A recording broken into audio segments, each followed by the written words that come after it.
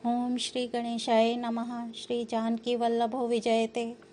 बालकांड को आगे बढ़ाते हुए, तेहि अवसर नारद सहित अरु ऋषि सप्त समेत, समाचार सुनि तुहिन गिरी कवन तुरत निकेत। सियापति राम जय जय राम, मेरे प्रभु राम जय जय राम। तब नारद सबहि समुझावा, पूरब कथा प्रसंगु सुनावा। मैं ना सत्य सुनहु मम बानी, जगदम्बा तव सुता भवानी। अर्थात इस समाचार को सुनते ही हिमाचल उसी समय नारद जी और सब ऋषियों को साथ लेकर अपने घर गए। तब नारद जी ने पूर्व जन्म की कथा सुनाकर सबको समझाया और कहा कि हे मैना, तुम मेरी सच्ची बात सुनो। तुम्हारी यह लड़की साक्षात जगजननी भवानी है। ये अजन्मा, अनादि और अविनाशिनी शक्ति हैं।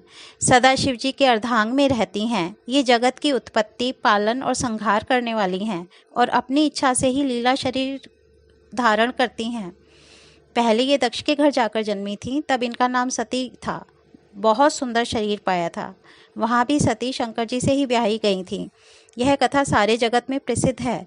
एक बार इन्होंने शिव जी के साथ आते हुए रघुकुल रूपी कमल के सूर्य श्री रामचंद्र जी को देखा। तब इन्हें मोह हो गया और इन्होंने शिव जी का कहना ना मानकर भ्रमवश सीता जी का वेश धारण कर लिया।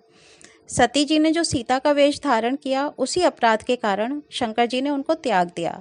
फिर शिव जी के वियोग में ये अपने पिता के यज्ञ में जाकर वहीं योगाग्नि से भस्म हो गईं। अब इन्होंने तुम्हारे घर जन्म लेकर अपने पति के लिए कठिन तप किया है। ऐसा जानकर संदेह छोड़ दो। पार्वती जी तो सदा ही शिव जी की प्रिया अर्थात अर्धांगिनी हैं।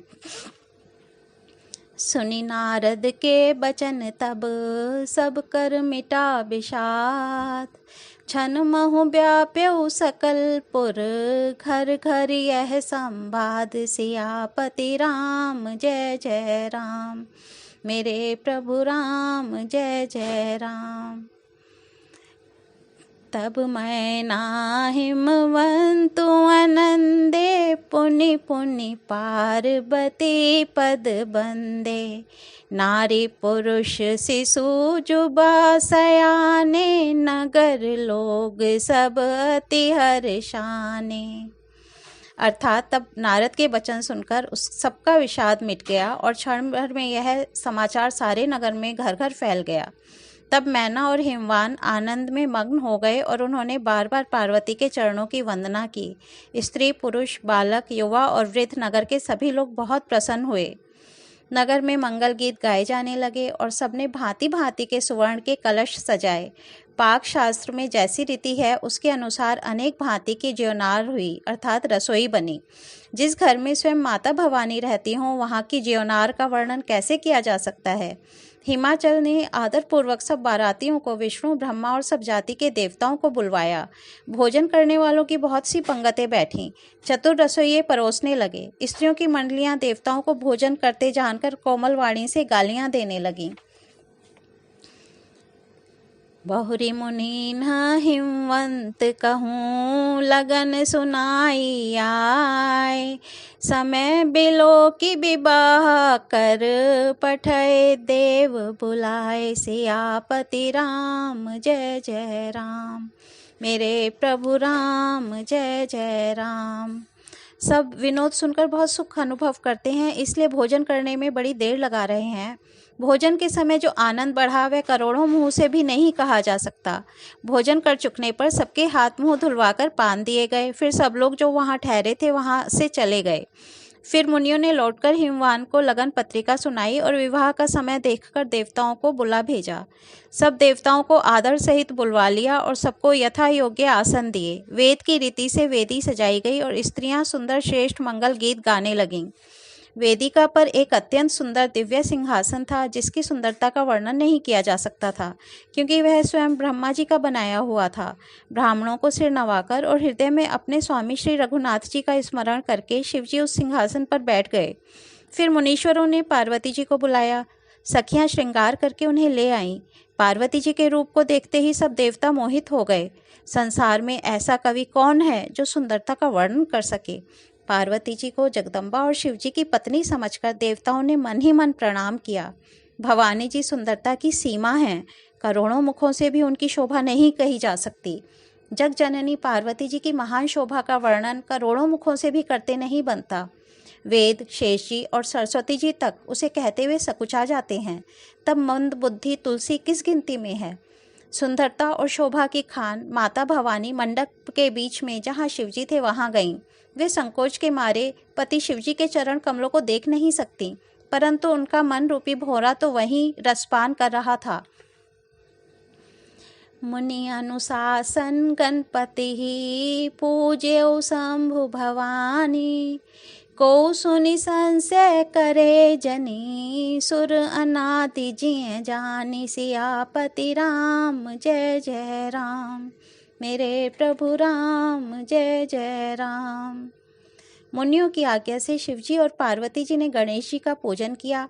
मन में देवताओं को अनादि समझकर कोई इस बात को सुनकर शंका न करे कि गणेश जी तो शिव पार्वती की संतान हैं, अभी विवाह से पूर्व ही वे कहाँ से आ गए। वेदों में विवाह की जैसी रीति कही गई है, महामुनियों ने वह सभी रीति करवाई। पर्वतराज हिमाचल ने अपने हाथ में कुश लेकर तथा कन्या का हाथ पकड़कर उन्हें भवानी जानकर शिवजी को समर्पण किया। जब महेश्वर ने पार्वती का पाणी ग्रहण किया, तब इंद्रादि सब देवता हृदय में बड़े ही हर्षित हुए। श्रेष्ठ मुनिगण वेद मंत्रों का उच्चारण करने लगे और देवगण शिवजी का जय जयकार करने लगे। अनेक प्रकार के बाजे बजने लगे।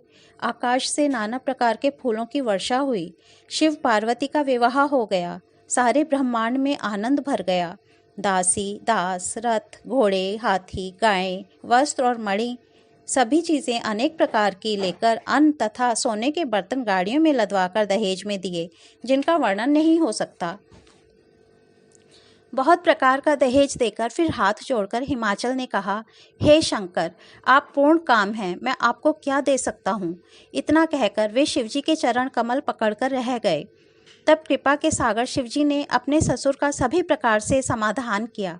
फिर प्रेम से परिपूर्ण हृदय मैना जी ने शिवजी के चरण कमल पकड़े और कहा, नाथ उमा मम प्राण सम, ग्रह किंकरी करे हो, क्षमे हुन सकल अपराध, अब होई प्रसन्न बरु देहु, सियापति राम जय जय राम, मेरे प्रभु राम जय जय राम। अर्थात, हे नाथ, यह उमा मुझे प्राणों के समान प्यारी है। आप इसे अपने घर की टहलनी बनाइएगा और इसके सब अपराधों को क्षमा करते रहिएगा। आप प्रसन्न होकर मुझे यही वर दीजिए। शिवजी ने बहुत तरह से अपनी सास को समझाया। तब वे शिवजी के चरणों में सिर नवाकर घर गईं। फिर माता ने पार्वती को बुला लिया और गोद में बैठाकर यह सुंदर सीख दी, हे पार्वती, तू सदा शिवजी के चरणों की पूजा करना। नारियों का यही धर्म है। उनके लिए पति ही देवता है और कोई देवता नहीं है। इस प्रकार की बातें कहते कहते उनकी आंखों में आंसू भर आए और उन्होंने कन्या को छाती से चिपटा लिया। फिर बोलें कि हे विधाता, जगत में स्त्री जाति को क्यों पैदा किया। पराधीन को सपने में भी सुख नहीं मिलता। यूं कहती हुई माता प्रेम में अत्यंत विकल हो गईं, परंतु कुछ समय जानकर उन्होंने अपने मन को समझाया। मैना बार बार मिलती हैं और पार्वती के चरणों को पकड़कर गिर पड़ती हैं। बड़ा ही प्रेम है, कुछ वर्णन नहीं किया जा सकता। भवानी सब स्त्रियों से मिल भेंट कर फिर अपनी माता के हृदय से जा लिपटी।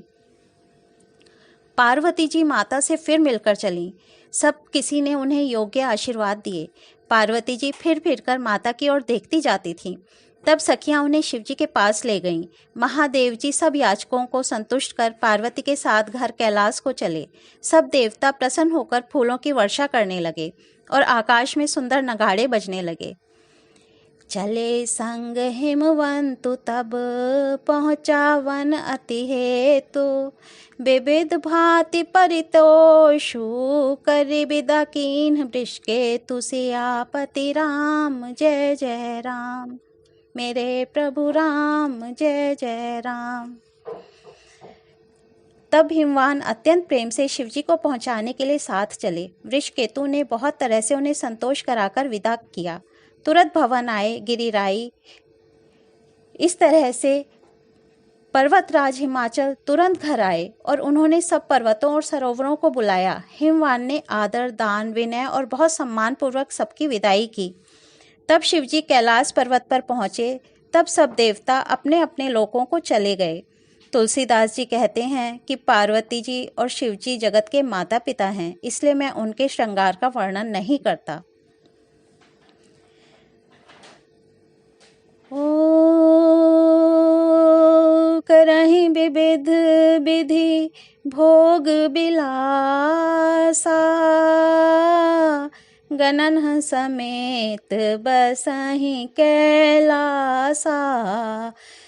हर गिरिजा बिहार नित नयऊ, एहि विधि विपुल काल चली गयऊ। राम सिया राम जय जय राम। राम सिया राम जय जय राम। ओ तब जन्मे ओ षट बदन कुमारा, तारको असुर समर जेहि मारा। राम सिया राम जय जय राम। राम सिया राम जय जय राम। आगम निगम प्रसिद्ध पुराना, षण्मुख जन्म सकल जग जाना। राम सिया राम जय जय राम। राम सिया राम जय जय राम। अर्थात शिव पार्वती विविध प्रकार के भोग विलास करते हुए अपने गणों सहित कैलाश पर रहने लगे। वे नित्य नए विहार करते थे। इस प्रकार बहुत समय बीत गया। तब 6 मुख वाले पुत्र स्वामी कार्तिकेय का जन्म हुआ, जिन्होंने बड़े होने पर युद्ध में तारकासुर को मारा। वेद, शास्त्र और पुराणों में स्वामी कार्तिक के जन्म की कथा प्रसिद्ध है और सारा जगत उसे जानता है। आज हम बालकांड को यहीं विराम देते हैं।